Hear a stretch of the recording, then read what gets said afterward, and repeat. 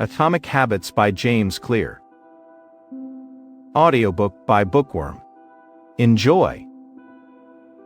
Introduction. What positive change would you like to make in your life? Maybe you want to eat healthier. Maybe you want to read more books, learn a new language, or master the clarinet. Whatever changes you'd like to make, actually making them and sticking to them is easier said than done. Just wanting to eat more salad doesn't actually mean you will. Simply saying you'll read more books doesn't mean you'll pick up War and Peace instead of binging Netflix. But that's where habits come in. In this chapter, I'm going to take you through the key ideas from James Clear's bestseller Atomic Habits. Together, we're going to discover that the key to making big changes in your life doesn't have to involve major upheaval. You don't need to revolutionize your behavior or reinvent yourself. Rather, you can make tiny changes to your behavior, which, when repeated time and time again, will become habits that can lead to big results. Chapter 1. To kick things off, I want you to imagine a plane preparing to take off from Los Angeles. The plane's destination is New York City. The pilot enters all the correct information into the plane's computer, and the plane takes off heading in the right direction. But now imagine that, not long after takeoff, the pilot accidentally changes the flight path slightly. He only changes it by 3.5 degrees, which is nearly nothing, just a few feet. The plane's nose shifts slightly to one side, and no one, not the pilot, not the passengers, notices anything. But over the journey across the United States, the impact of this slight change would be considerable. At the end of their journey, the confused passengers and even more confused pilot would find themselves landing in Washington, D.C., not New York City. So why am I telling you this? It's because just like the confused pilot, we don't notice tiny changes in our lives. Small changes leave a negligible immediate impact. If you are out of shape today and go for a 20-minute jog, you'll still be out of shape tomorrow. If you eat a family-sized pizza for dinner, it won't make you overweight overnight. But if we repeat these small behaviors day after day, our choices compound into major results. Eat pizza every day, and you will likely have gained considerable weight after a year. Go jogging for 20 minutes every day, and you'll eventually be leaner and fitter, even though you won't notice the change happening. You've probably worked out the main insight here. It's that small habits can have a surprisingly powerful impact on your life, and you won't necessarily see this impact happening in real time. You'll only see the results of your habits after a while. Now, we know that not seeing the impact of your efforts can be dispiriting. If this is happening to you, if you're feeling discouraged by the lack of immediate positive change, then it's important to try to focus on your current trajectory rather than your current results. Let's say you have little money in the bank, but you are saving something each month. Your current results might not be that great. Your nest egg is still pretty small. But you can be confident that your trajectory is right. Keep going in this direction, and in a few months or a few years, you will notice a major improvement. When the lack of perceived progress gets you down, remember that you're doing the right things and that you're moving in the right direction. But how do you get yourself on the right trajectory? You need to develop habits. In the next chapter, we'll learn how they are built. Chapter 2. When you walk into a dark room, you don't think about what to do next. You instinctively reach for a light switch. Reaching for a light switch is a habit. It's a behavior that you've repeated so many times that it now happens automatically. Habits like this dominate our lives, from brushing our teeth to driving our car. They are immensely powerful. But how are they formed? In the 19th century, a psychologist named Edward Thorndike tried to answer this question. First, he placed some cats inside a black box. Then he timed how long it took them to escape. To start with, each cat behaved exactly as you'd expect when placed inside a box. It desperately looked for a way of escape. It sniffed and pawed at the corners. It clawed at the walls. Eventually, the cat would find a lever that, when pressed, would open a door, enabling it to escape. Thorndike then took the cats that had successfully escaped and repeated the experiment. He placed them back inside the box. And what did he find? After being put in the box a few times, each cat learned the trick. Rather than scrambling around for a minute or more, the cats went straight for the lever. After 20 or 30 attempts, the average cat could escape in just 6 seconds. In other words, the process of getting out of the box had become habitual for the cats. With his experiment, Thorndike had discovered something important: behaviors that give satisfying consequences. In this case, gaining freedom tend to be repeated until they become automatic. We've learned a lot more about habits in the decades after Thorndike's experiment. We now know that habits are made up of 4 distinct elements. First, there's the cue or a trigger to act. Walking into a dark room cues you to perform an action that will allow you to see. Then comes a craving for a change in state, in this case, from darkness to light. Then comes a response, or action, flicking the light switch. The final step in the process, and the end goal of every habit, is the reward. In this case, it's the feeling of mild relief and comfort that comes from being able to see your surroundings. Every habit follows the same process. Do you drink coffee every morning? Waking up is your cue, triggering a craving to feel alert. Your response is to drag yourself out of bed and make a cup of joe. Your reward is feeling wide awake and ready to face the world. Okay, now that you have an idea of how habits work, let's look at how you can develop good habits that can change your life for the better. Chapter 3. So we have just discovered how habits are formed. Let's briefly recap. A habit consists of 4 things: a cue, a trigger that gets you to act; a craving, a desire you want to achieve; a response, the action of the habit itself; and a reward, the positive feeling you get from completing the habit. Once you know how they work, you can start to hack the habit-forming process to get good, productive habits to stick. Let's say you're desperate to learn the guitar. You've got your instrument, you've picked up the basics, but you struggle to keep up with practice. Each morning you tell yourself that you'll play later on, but the end of the day soon comes, and you haven't picked up your guitar once. But now that you know the secrets to building a habit, you can use it to your advantage. In this case, you want to make the cue to pick up your guitar impossible to miss. Instead of keeping your instrument in the cupboard or in the corner of your spare room, leave it right in the middle of your living room in full view. Make your cue visible and unmissable. This will make it easier to turn your desire to practice into a habit. Changing your environment to put your cues front and center will help, but if you want to perfect your triggers even more, you can use what's known as implementation intentions.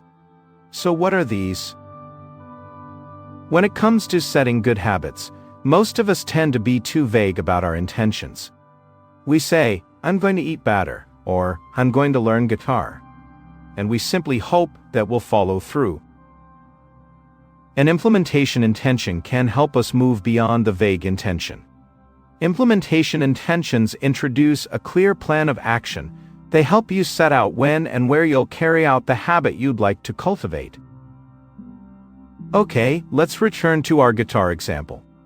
Instead of telling yourself that you're going to practice guitar sometime this week, tell yourself, on Monday, Wednesday, and Friday, when the alarm goes off, the first thing I'll do is pick up my guitar and practice for 1 hour. And don't forget to leave your guitar in the middle of the room. By creating an implementation intention, you'll give yourself both a clear plan and an obvious clue, and it may surprise you how much easier it will be to build a positive habit. Let's take a little pause in our exploration here. So you might be wondering, this all sounds quite plausible, but does it really work? Can I actually tweak my environment and make it easy to form positive habits? Sounds good on paper, right? But in practice? To answer the question, let's look at the work of Anne Thorndike, a doctor based in Boston. And in case you're wondering, she isn't related to the cat lover, Edward Thorndike. Dr. Anne Thorndike faced a problem most health professionals face.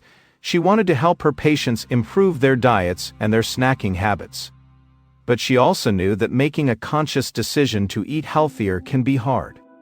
It takes a lot of willpower and discipline, and not all of us have endless supplies of willpower and discipline.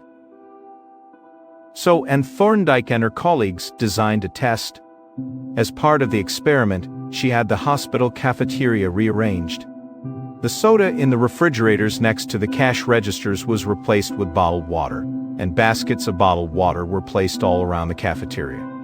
Dr. Thorndike and the team then watched to see what would happen. And what do you think happened? Well, over 3 months, soda sales fell by 11%, and water sales shot up by over 25%. Simply by creating more cues for people to drink water, Dr. Thorndike and her team were able to get people to make the healthier choice. In other words, they were able to help people build better habits without forcing them to make a conscious decision to do so. Clear evidence that altering your environment can help you adopt better habits. Chapter 4. We're now about halfway through our exploration of atomic habits. We've looked at how powerful habits are, how they are made, and how you can use habit cues to your advantage. Now it's time to talk about the rewards side of habit building. In 1954, neuroscientists James Olds and Peter Milner ran an experiment to look into the neuroscience behind desire. Using electrodes, they blocked the release of the neurotransmitter dopamine in some rats. The results were surprising. The lab rats simply lost the will to live. Without dopamine, they had no desire to eat, drink, reproduce, or do anything else. Just a few days later, they all died of thirst. This rather disturbing story tells us one thing: dopamine is a crucial motivator. When we do something beneficial for our survival, eating, drinking, having sex, dopamine is released, and we feel good. This feeling of pleasure motivates us to do the beneficial action again and again. So far, so clear. But what does this have to do with habit building? Well, we don't actually have to do the pleasurable activity to get the hit of dopamine. The mere anticipation of doing something pleasurable is enough to get the dopamine flowing. In the brain's reward system, desiring something is on par with getting something. We can turn this to our advantage. When building our new habit, if we make it something we look forward to, we'll be much more likely to follow through and actually do it. Here's where I'd like to introduce you to the concept of temptation bundling. Temptation bundling is where you take a behavior that you think of as important but unappealing and link it to a behavior that you're drawn to. This is how you can use dopamine to your advantage when building a new habit. Consider the story of Ronan Byon, an engineering student from Ireland. Ronan knew he should exercise more, but he got little enjoyment from working out. However, he did enjoy watching Netflix. So Ronan hacked an exercise bike. He connected the bike to his laptop and wrote some code that only allowed Netflix to run if he was cycling at a certain speed. By linking exercise to a behavior that he was naturally drawn to, he transformed a distasteful activity into a pleasurable one. You don't have to engineer a complex Netflix/exercise bike contraption to apply this to your own life. There are easier ways to do this. For example, if you need to work out, but you want to catch up on the latest A-list gossip, you could commit to only reading magazines while at the gym. Or if you want to watch sports, but you need to make sales calls, promise yourself a half hour of ESPN after you talk to your 10th prospect. Just find a way of making those unattractive but important tasks enjoyable, and you'll be surfing a wave of dopamine and creating positive habits at the same time.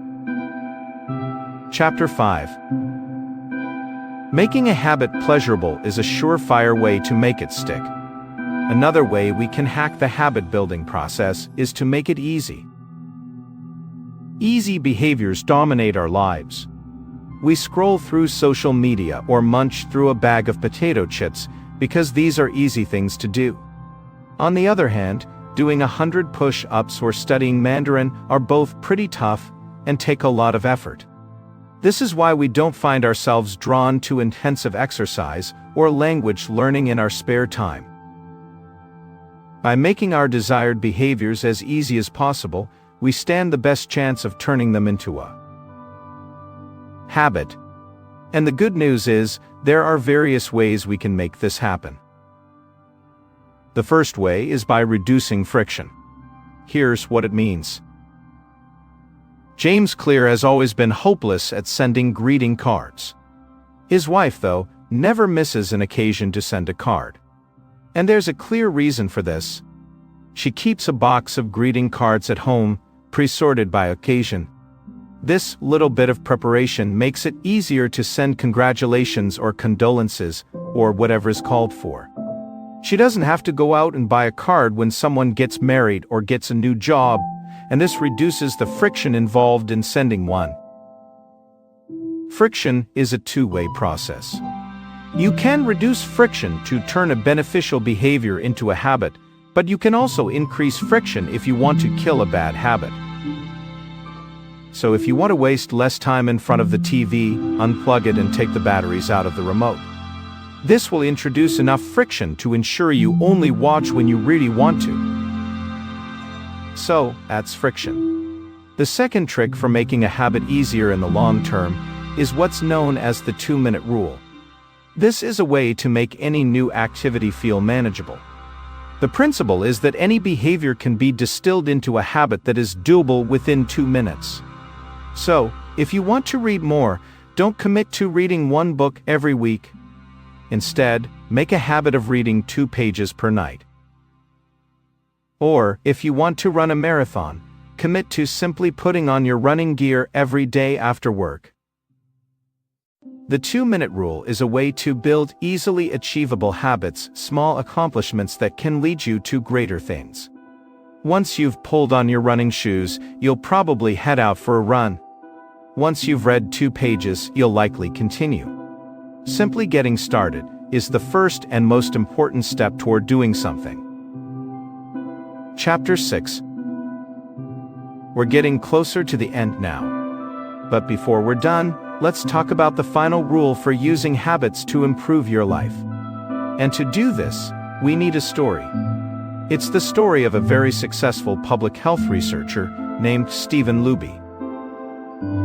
Back in the 1990s, Luby was working in a neighborhood of Karachi, Pakistan, and was excellent at his job. He reduced diarrhea among the local children by a huge 52%. He also cut pneumonia rates by 48% and the rate of skin infection by 35%. So what was his secret? Nice soap? Yes, that's right. Luby's huge public health achievements were the result of nice soap. Luby knew that hand washing and basic sanitation were essential to reducing illness. The locals understood this too. But they just weren't turning their knowledge into a habit. Everything changed when Luby worked with Procter & Gamble to introduce a premium soap into the neighborhood for free. Overnight, hand washing became a satisfying experience. The new soap lathered easily and smelled delightful. Suddenly, everyone was washing their hands because it was now a pleasing activity. Stephen Luby's story illustrates the final and most important rule for behavioral change: habits need to be satisfying. Making good behaviors satisfying can be difficult. This is due to human evolution. Today, we live in what is known as a delayed return environment. You turn up at the office today, but the return of paycheck doesn't come until the end of the month. You go to the gym in the morning, but you don't lose weight overnight. Unfortunately, our brains evolved to cope with an immediate return environment. Our distant ancestors weren't thinking about long-term returns, like saving for retirement or sticking to a diet. They were focused on immediate concerns like finding their next meal, seeking shelter, and staying alert enough to escape any nearby saber-toothed tigers. This focus on immediate returns can encourage bad habits. Smoking may give you lung cancer in 20 years, but in the moment, it relieves your stress and the craving for nicotine. The immediate hit from your cigarette will likely override the long-term costs to your health. All this means is that when pursuing habits with a delayed return, you need to try to attach some immediate gratification to them. I can explain this best by using the experiences of a couple the author knows. This couple wanted to eat out less, cook more, get healthier, and save money. These are goals with delayed returns. To give their objectives a little immediate return kick, they opened a savings account called Trip to Europe. Every time they avoided a meal out, they transferred $50 into the account.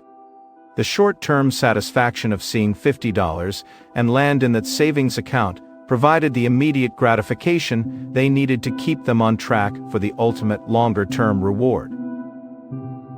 Chapter 7. Okay, so we've learned how to build great habits. But no matter how pleasurable and satisfying we make our habits, we may still fail to maintain them. So in this final chapter, let's take a look at how we can stick to our good intentions.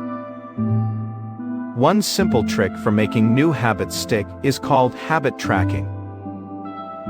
Throughout history, many people have succeeded by keeping a record of their habits.